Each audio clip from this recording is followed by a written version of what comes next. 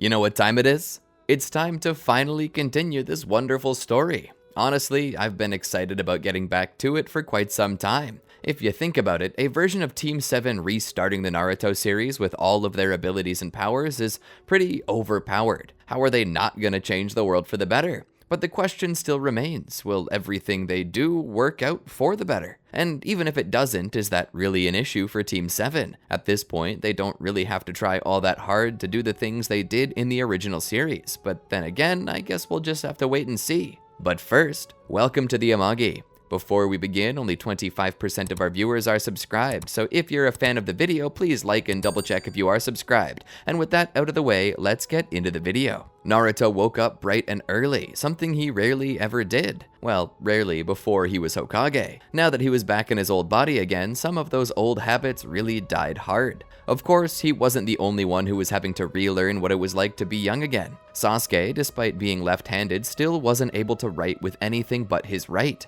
Even now, as Sasuke was walking down the road with him, his left hand was left dangling by his side. "How did you sleep last night?" Naruto asked. Sasuke shrugged. Fine, I guess." "Well, let's hope you actually didn't sleep that bad, because we're starting the Chunin exams today. Finally, I'm gonna become a Chunin." Sasuke looked over. "Don't you remember? It got interrupted." Naruto giggled. "Yeah, it did, but it won't this time. I anticipate that we'll floor Orochimaru the moment he shows up, and Gaara probably won't be an issue. So without much of an attack, I don't think that the exams will be interrupted this time." Sasuke sighed. You ever wonder what it's going to be like trying to make friends with the people you aren't going to meet in this new timeline? Naruto looked over. "What do you mean?" "Think about it. If I never leave, then you'll likely never need to go off with Jiraiya. And even if you do go off with him, you'll already know everything there is to know about what he's teaching you. And me, I'll never even get to meet Karin, Jugo, and Suigetsu." "Of course you will," Naruto said. "Just because you don't meet them the same way doesn't mean you're not going to meet them. If you really want to be friends with them, then go rescue them." Sasuke shook his head. "You just don't understand. Things aren't going to be the same. We can meet all of our old friends, but the circumstances are different. It won't be anywhere near as special. Imagine a world where Jiraiya lives but wants nothing to do with you." Naruto thinks about it, and it actually drives the smile from his face. "I think I'd still rather have that than he be dead." Sasuke nodded. "Except he's still going to die, and you can't exactly stop it without completely sounding like a nutcase. You want to ruin your life and chances of becoming Hokage? Things are a lot more complicated than I think you, Sakura, and Kakashi-sensei are giving them credit for." "Even so, how are we supposed to change any of that?" another voice said. They looked over and saw Sakura coming. She walked up and hugged Sasuke before sneaking a smooch from him, making Naruto look away. "Listen, guys," she said as she pulled back, pushing her hair to the side. "Some things aren't going to be the same, but we need to prepare for that. Just like Naruto said, it's better that they be happy, healthy, and alive rather than friends who will die tragically." "And if he can't stop Jiraiya from dying?" Sasuke asked. Sakura sighed. "He'll be able to." "And if he's not?" Sasuke insisted. Sakura then answered the question. "Then I guess it really wasn't meant to be. Not everything is in our hands. Fate isn't something that we can control easily without repercussions. There are certain things under our control that we can change, and certain things we can't. We need to be wise and discerning to know the difference, and above all else, we can't let it destroy us, especially when we know we tried our best. So we need to focus on the positives, not the negatives. We're going to change a lot of stuff during our lives here, so until we head back to our own timeline, let's try and help this one along as best we can." Sasuke sighed. "If that's what you guys think we should do." The three of them continued walking until they reached the academy. Within were many other shinobi from different villages. Sasuke shook his head. "So help me, Naruto, I swear. If you..." Naruto stepped forward. "My name is Naruto Uzumaki, and I'm here to say that I'm gonna beat every single one of you and become the next Hokage." Sasuke covered his face in shame, and Sakura looked over at him and elbowed him with a sly smile. "And here I thought you didn't want to change anything." They all entered the room where they'd take their first exam, and as they sat there, the sheets of paper were passed out to everyone. Now that Naruto had the benefit of experience, he could actually make sense of the questions on the sheet. As time began, he found himself answering each and every one of the questions rather quickly and accurately. This was the benefit of being Hokage. Sakura had already found these easy when she originally took them, so now she just breezed through without a single wrong answer. Time to spare, too. Sasuke didn't need to use his Sharingan to cheat, but he did so anyway, just to keep it as 1-to-1 accurate as possible. When the time expired, the final question was revealed, but considering that everyone already remembered this stuff, there was no cause for alarm. They just accepted it without issue and sat back to be told they passed, which they did. Everything was going perfectly. That's when the second test happened. The Forest of Death. Entering the forest, they'd be handed their Heaven Scroll and be told to find an Earth Scroll. "How about we nab that one from Orochimaru when we kill him?" Naruto said. Sasuke let out a sigh. "I don't think we should be killing Orochimaru." "What? Why not?" Sakura asked. "Did you guys bang your heads when you woke up this morning? He's still alive during our timeline." Yeah, well, you had to bring him back to life," Naruto said. "Just do that again." "This isn't about that, Naruto." "Then what's it about?" Naruto asked. "Are you planning to run off with him this time too?" Naruto asked. Sasuke was silent for a moment. Sakura felt her heart drop. Naruto's smile faded. "You are planning to run off with him again, aren't you?" Sasuke looked back. "Look, I know I'm the stoic one, but I have things I care about too, and I strongly feel that changing things too much will cause something bad to happen. I feel like I need to do this." "But weren't you the one who said that Jiraiya wouldn't want anything to do with me?" Naruto said. "That I'd be too strong already, and he'd view it as a waste of time." Sasuke looked at Naruto out of the corner of his eyes. "What about you, Sasuke? What'll Orochimaru think about you? At best, you'll hide it and he'll not know, only to train you and inject you with drugs designed to increase your power that you already have. That's gonna be very dangerous for you. It could lower your lifespan." "I know the costs, Naruto." Naruto stood there. "I have to kill Orochimaru. If I don't, he'll kill Old Man Hiruzen. Nobody dies if I have it my way. Nobody but Orochimaru, who you can revive again later with Anko's curse mark and Kabuto's help. For me, someone dear to me will die. I can't let you do that." Sasuke stood there, looking at Naruto without flinching, without lashing out. He was in total control. "I'm not gonna let Hiruzen die, but you also need to consider what you're going to do to get Tsunade to come to Konoha. You need to understand, we might not be able to save everyone, and not bringing Tsunade to the village will have ramifications for a lot of people. Rock Lee, for instance, he won't ever be able to be a shinobi again. His career will be over. And though I'm not trying to judge, Hiruzen wasn't the best Hokage during the 2nd and 3rd Shinobi World Wars. I don't know if I trust him with the 4th. "There won't be a 4th, Naruto said. "Then there won't be world peace," Sasuke replied. "I feel strongly about this, Naruto. You need to keep quiet, step back, and defer to me." "Defer to you? You act like I'm an idiot. I'm the 7th Hokage." "You were the 7th Hokage. Now you're a rambunctious genin, the same as you were 30 minutes before having it passed to you." "How dare you!" Sakura stepped between them. "Naruto, Sasuke, calm down. We're both fighting the same battles here. We all want to see the world as a better place, but we're not sure how to do it, and now the stress is starting to get to us. Let's just be calm and not worry about it, okay?" She began to lead them off. As they continued, they reached the area around when Orochimaru was going to show up. Sasuke would speak. "Hey, guys." They would turn around to see what he was going to say, but suddenly were met by his Mangekyo Sharingan, casting them both under momentary genjutsu. He stepped out. When he did, Orochimaru appeared. Orochimaru tried to startle Sasuke with his killing intent, but Sasuke maintained his ground. "Interesting. Not even a shiver. You must be made of sterner stuff," he said. The two launched into battle against each other. Sasuke tried his best to remember how it went, but without Naruto or Sakura around, he knew it couldn't be perfect. So he kept Orochimaru on his toes, guessing, trying to display some potential, but not too much of it. Sasuke would then let himself be open to an attack, knowing Orochimaru really wanted him at this moment. He would mark him with the curse mark of heaven before disappearing. Sasuke would move along the ground for a time before falling over and passing out. It was at about this time that Naruto and Sakura were waking up. They found him laying there. Sakura ran over to him to check up on him. Then she noticed the mark. Naruto noticed it too. "Damn fool," he said. "He knocked us out to make room for saving Orochimaru." Sakura listened to his chest. "His pulse is strong, as is his respiration. He's okay." "Of course he's okay," Naruto said. "Sasuke survived it when he was just a kid. You think he won't survive it as a stronger kid?" Sakura sighed. "Just help me carry him." They lifted Sasuke up and began to carry him off to rest. There they tended to him and watched over while he was unconscious. Team Dosu appeared to try and kill him, but were easily trounced by Naruto. As time went on, Sasuke awakened. Coming out from where he was hidden, he walked over. "Are we ready to go?" Naruto turned around and punched him in the face, knocking Sasuke on his butt.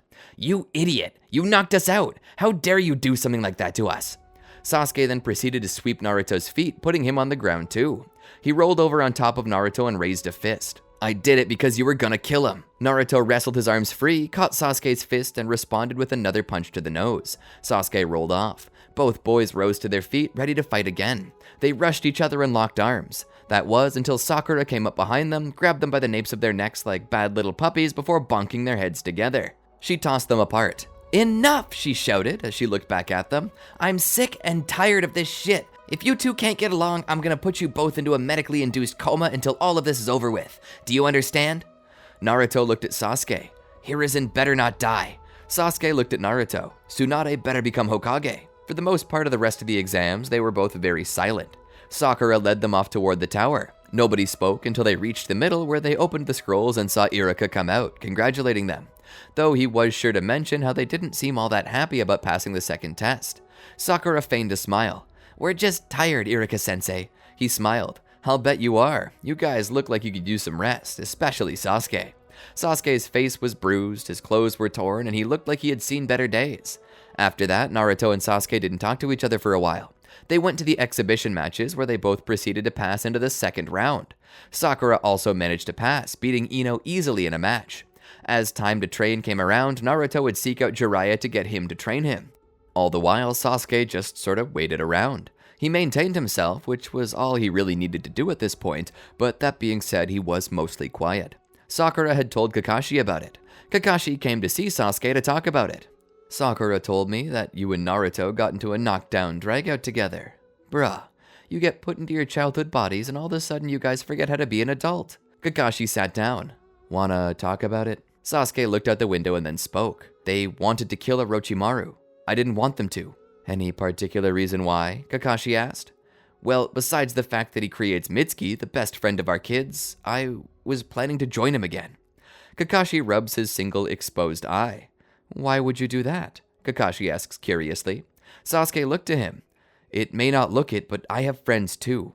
He then looked out the window at the face of Hiruzen carved into the side of the mountain. "Not to mention that it's of my opinion that Hiruzen not be Hokage anymore." Kakashi then understood. "So that's why you and Naruto fought. You're planning to let Hiruzen die, and he's planning to save him." Sasuke nodded. "I don't want Hiruzen to die, but I need him to step aside, and I need Tsunade to be Hokage again. Or you. I need someone I can depend upon being Hokage during the conflict." "You don't have much confidence in Hiruzen, do you?" Kakashi asked. Sasuke nodded. "Not just the first and second Great Ninja Wars, but he did nothing to solve the Hyuga affair, and he also didn't do much to stop the Uchiha clan massacre. I just have no trust that he won't somehow make things worse for us. Not to mention, people like Rock Lee will need Tsunade here. She'll do far more things for Konoha than Hiruzen would. I think Naruto's being selfish." Kakashi shook his head. "But don't you think you're infringing upon Naruto's territory a little? You may not love Hiruzen, but he does. Imagine Naruto said he needed to kill Karin, Jugo, and Suigetsu to get the most optimal future.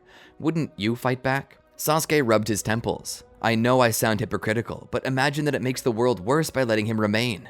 Kakashi stood. "How strongly do you feel about this?" Sasuke looked up. "Strong enough to die for it." Kakashi nodded and took that into consideration. He then left. Kakashi went to Naruto to have the same conversation, but no matter how much he tried to explain Sasuke's point, it didn't take. "He might not have any faith in Hiruzen, but I do, and I'm not gonna watch someone kill him. Hiruzen's a good man and a friend. I won't let anyone kill him, even Sasuke." "And how strongly do you feel about that?" Kakashi asked. Naruto looked over. "Strong enough to die for." Kakashi, knowing that this was heading in a very bad direction, stood up and began to leave the room. As he did, he was met by Sakura. "So, what are we gonna do?" Kakashi looked at her. "The only thing we can do." Kakashi walked to the office of the Hokage. Getting inside, he scheduled an appointment with Hiruzen to speak with him. When his time finally came, he walked in and spoke to the elderly Hokage. "Ah, Kakashi, welcome. It's been quite some time since we've had a casual visit. This is casual, isn't it?" Kakashi sighed. "I wish it was, but it seems to be about anything but." Hiruzen sat forward. "What's going on?" Kakashi sat down. "Imagine for a moment that my team and I are time travelers." Hiruzen was confused. "You're not time travelers, are you?" Kakashi shrugged and raised his hands in resignation. We're time travelers. How is that possible? Hiruzen asked. Kakashi then spoke. Space-time ninjutsu or something. We're from like 20 years in the future, and we've seen a lot of the events that will transpire. That includes these Chunin exams, and because of that, in the timeline which we're from, you are killed in the upcoming weeks. You'd be replaced by Tsunade, and then the threat of the Akatsuki appears. This conflict would result in the 4th Shinobi World War that Tsunade and later I lead us out of successfully. Hiruzen's face displayed confusion. Kakashi then speaks. One of ours is not sure whether he wants to save you from death, while the other is. One doesn't want you to be Hokage at the time, while the other wants you to be alive because he loves you. So basically, what I'm asking you to do is resign after the exams conclude. If you do so and name Tsunade as your replacement, both parties will be in agreement, and I kind of need that. Hiruzen seemed like he wasn't sure what to believe. Kakashi then spoke. Okay, how about a new tactic? Sasuke knows you were partially responsible for the Uchiha downfall, and he knows that Itachi did it all under orders from Danzo. If you don't step down, we will leak this information and have you forcefully removed from office. Step down after the end of the Chunin exams, and at least you get a golden parachute in your dignity. Capiche? He turned around and left, leaving Hiruzen in complete and utter shock. Kakashi went back and told Sasuke what he had done. If we can get Hiruzen to step down from office and be replaced by Tsunade, will you let go of your need to have Orochimaru kill him? Sasuke nodded. I won't let Orochimaru kill Hiruzen if Hiruzen steps down. Kakashi let out a sigh. Thank heavens. Now, you and Naruto need to patch things up, because we can't have you two at each other's throat for the next 20 years. Sasuke nodded. He stood up and would seek Naruto out. He would find him training with Jiraiya. There, he would wait until they could have a moment alone to talk. What do you want? Naruto asked. Sasuke spoke. Listen, I don't actually want Hiruzen dead. I just need him replaced. Tsunade is a better Hokage. I want Hiruzen to live, like you. Kakashi said he found a way to get Hiruzen to step down and name Tsunade as the next Hokage, and because of that, I'm gonna back off. We still need Orochimaru alive, but we can stop him from killing Hiruzen. So what do you say? Can we just let this issue go? Sasuke raised his hand to form the sign of reconciliation. Naruto looked down at it and let out a deep sigh. He took the hand and finished the formation. I'll let it go. Just make sure you don't let Hiruzen die. Sasuke nodded, and with that he walked away. It was during this time he actually sent out a hidden request to speak with Orochimaru using some of the sound ninja as go-betweens. Sasuke was told to wait near the Wheel of Fire monument. Sasuke waited toward the center of the cemetery. It was then that a Jonin appeared. Sasuke looked up at the Jonin. What are you doing out here at night, youngster? He said. Cut the act, Orochimaru. I know it's you. You can't hide from me. The shinobi reached up and clawed at his face, ripping it off like a mask, only to reveal the white skin of the fallen Sannin. The voice shifting to a nefarious gravel, he spoke. I was told you wished to see me. Sasuke nodded. I've come to make a proposal. I'm listening, he said. I've come to offer myself to your tutelage as you desire. In exchange, I want you to call off your attack on Konoha. Orochimaru sneered a little. What attack? You know what I'm talking about. Your murder of the 4th Kazekage, the Sound Ninja, your plans for Gaara, your assassination designs for Hiruzen, all of it. Orochimaru's smile vanished into disgust, distaste at how Sasuke seemed to have him pegged. You're well informed, it seems. Tell me who told you and we have a deal. Sasuke shook his head. If you think we need a mole to find this information, you're grossly underestimating Konoha. You're grossly underestimating me if you think I didn't take every precaution. The only way you could have known is from a leak. We knew from a profile, one you confirmed for me just now. We know who you are, Orochimaru. We can make educated guesses and plan for them, and I'm pleased to hear our guesses were correct. Sasuke was blowing hot air right now. Nobody else knew even in the slightest about Orochimaru's plans, but Orochimaru didn't need to know that. This information gave Sasuke a bargaining chip, and with it he could accomplish both his goals and Naruto's. Orochimaru took in a deep breath and let it out in a sigh, letting his emotions flow out with the exhausted oxygen, smiling thereafter. You are indeed a smart and skilled shinobi. The word prodigy is lost on you, but I can't help but wonder why someone with as much promise as you would hope to defect from Konoha just to join me. I don't see what I can offer you at all. Sasuke then spoke. I'm plateauing here. There's no challenge. Like my brother, I'm finding it hard to measure my vessel against the other people here. I need something a bit more than this if I wish to conquer him. Orochimaru smiled. Ah yes, Itachi. I've come across him in my travels. He is indeed a shinobi of great skill. There have been few to surpass his might, and you have yet to display the feats required for me to believe you can beat him. But now we come down to real business. What is it you offer me in return? Is it not obvious for you what reason I marked you? Surely you know by now what I'm after, and I know you're not willing to give me that. Sasuke nodded. I'm not willing to give you my body, no. However, I do have things I can offer you. Orochimaru, finger curled over his chin, unable to hide his evil smile, spoke. I'm listening. Sasuke then pushed his hair to the side and displayed his left eye. Orochimaru looked up at it and did a double take. What is that? He asked. Sasuke smiled. This is the Rinnegan. I awakened it just a few months ago. I'm not sure how I did it, but if anyone can figure it out, it's you. Not to mention, I know you seek the Sharingan. If I manage to kill Itachi in battle, you can claim his remains, Sharingan included. Does that sound good? Orochimaru's smile was now a grin. Indeed, it does sound adequate. Shall we be off then? You'll call your men off? Sasuke asked, making sure of it. Orochimaru nodded. You have my word. That's not worth much, Sasuke said. Orochimaru snickered. It's the best you'll get. Okay, I just need to stop by my apartment and grab a few necessities. Is that okay with you? Orochimaru nodded. I'll have my Sound 4 waiting outside the village for you. If they verify this isn't a trap, they'll lead you to me. Then I'll meet them outside the village. And with that, Orochimaru was gone. Sasuke let out a sigh and began to make his way home to his apartment. He entered and grabbed his bag. He began to write out a letter to Sakura. It said, To my dearest Sakura, I apologize that I can't do this in person, but I know you'd probably try to stop me. There are certain things that must happen for the best future to come about. I know you've told me not to worry about such things, but I have to. I'm not just fighting for a good future. I'm fighting for the best future in my eyes, and that future is the only acceptable one. Due to this, I'm required to make tough choices, including being away from you for these many years to come. But when the time is right, I will appear again, and when I do, I'll be yours once again. I shall think and dream of you until I return. With my love forever yours, Sasuke. Laying the piece of paper down where it would be easily found, he began to make his way out the door. As he left, walking down the road toward the gate, he was stopped when he felt a presence. A voice spoke to him. You weren't even gonna tell me, were you? Sasuke, standing there with his hands in his pockets, spoke. You know, we've done this before. I don't care about the deja vu, I care about you. Sasuke took a deep breath and turned around to see Sakura waiting there for him. I knew that if I told you, you'd surely come after me. Of course I would. I don't want you going with him. Do you underestimate me? Sasuke asked.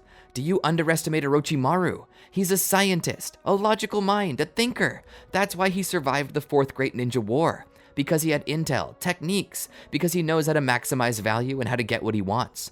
Regardless of the training you've done, it takes more than a high skill level to beat Orochimaru. And what about when he discovers your Rinnegan? He actually already knows about it, Sasuke said. Sakura sat there silently for a moment. She then spoke. He'll create plans to handle that, she said. You're gonna play all your cards and he's still gonna be drawing. You can't go with him. Sakura.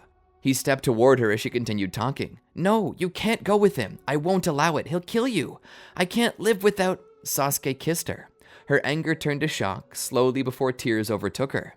Her eyes closed to enjoy the moment. Sasuke pulled his lips back before touching his forehead to hers, raising his hands to caress her cheek. Sakura, this world is bigger than either of us. I failed at once being selfish, and now I must do things I don't want to accomplish my mission. And to do that, it means you need to let me go again. I don't know that I can, she said as her tears continued to roll down her face. You have to, Sakura. You've done it once, and you can do it again. But this time it'll be far easier, because you have my word. I swear it on Sarada's life, I will come back. She gripped his shirt tightly as her teeth grit. You better come back. She hugged him tightly. If you die, I'll learn a reanimation jutsu just so I can kick your ass. Sasuke smiled. Deal. They hugged for a moment. That was until Kimimaro appeared behind Sasuke. How touching, he said in a monotone voice. Are you coming, or have you gotten cold feet?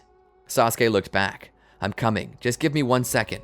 He looked to Sakura and tried to pry free from her hug. You need to let me go now, Sakura. I don't know that I can, she said. You have to. It's time to let me go again. Let me go. Slowly, her hands released from around him. He gave her one final kiss, to which Kimimaro turned his head away. Sasuke turned around and began to walk toward Kimimaro. Sakura then shouted at him, You better take care of Sasuke, you hear? If you don't, I'll kill you. Kimimaro scoffed. Sure, if the cancer doesn't beat you to it.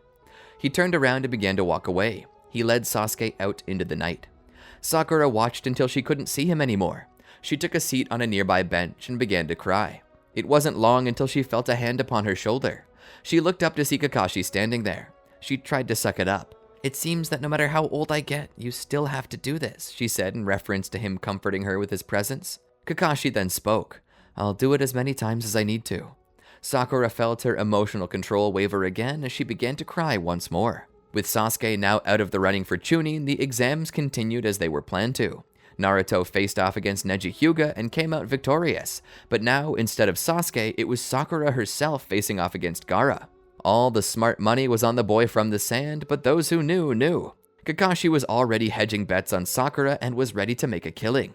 As soon as the battle started, she would rush in with her fists ready. She would send out a punch only for Gaara to try and catch it with the sand. He was shocked to see her fist actually make it through and was only an inch from his face when the sand stopped it. Gaara took a few steps back, his expression darkening and becoming more dire. He was both impressed and insulted that it was a little girl who pushed through his sand defenses when even the green shinobi with the inner gates couldn't do so. Sakura drew closer again to strike, but as she did, Gaara released spikes from his sand shell that pierced through Sakura's shoulder. She let out a cry, drawing the happiness of Gaara. Gaara would bring the shell down and prepare to strike her, being certain to let his killer instinct take over. Half of his face and one of his arms transformed into a look resembling Shukaku. He launched forward for a finishing blow. Sakura removed the sand spike from her shoulder before using Creation Rebirth to heal the wound. She noticed Gaara running toward her. She smashed the ground, sending a shockwave that flicked Gaara into the air. As he flew overhead, Sakura turned around, repositioned herself, and let off a real punch. This strike hit Gaara in the face so hard that he went flying, striking the wall and passing out from the pain. Sakura was declared the winner, and Kakashi was ready to collect his winnings. Naruto would visit Gaara and begin to explain to him his life story, sharing experiences with him. He basically gave him the old Takno Jutsu therapy session, and with enough time, Naruto seemed to break through to Gaara, making him understand. When Gaara left the village, they were certain that he would make the perfect Kazekage. It was then time for Sakura and Naruto to have a match of their own. The two entered the ring together. This would decide who became Chunin first. For the sake of playing their cards close to their chest and not overdoing it in front of everyone, they both agreed beforehand that neither would use any transformations, only their base forms and the things that came with that. As the battle began, they ran at each other and offered a meeting of the fists. As their fists struck, it became clear that out of the two of them, Sakura had more raw physical strength, but the more they fought, the more Naruto would gain the advantage. In the end, Naruto would come out on top, but just barely. With the exams over, Sakura and Naruto would both be given the rank of Chunin. Despite that, Naruto still left with Jiraiya for a couple years to train. Hiruzen would step down and Tsunade would replace him. Sakura would spend time growing close to her old mentor just as everyone else was. For the next 2.5 years, they all trained, or more like maintained their strength, keeping as much on the previously known path as possible. Altogether, they waited for the Akatsuki to arrive. That's truly what it was now, a waiting game. With hope in their hearts, they prepared for the future.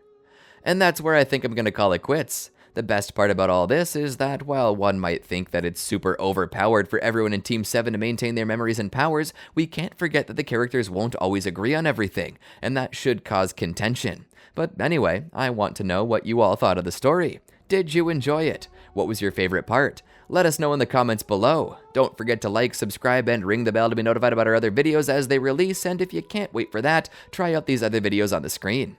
Until next time, peace out.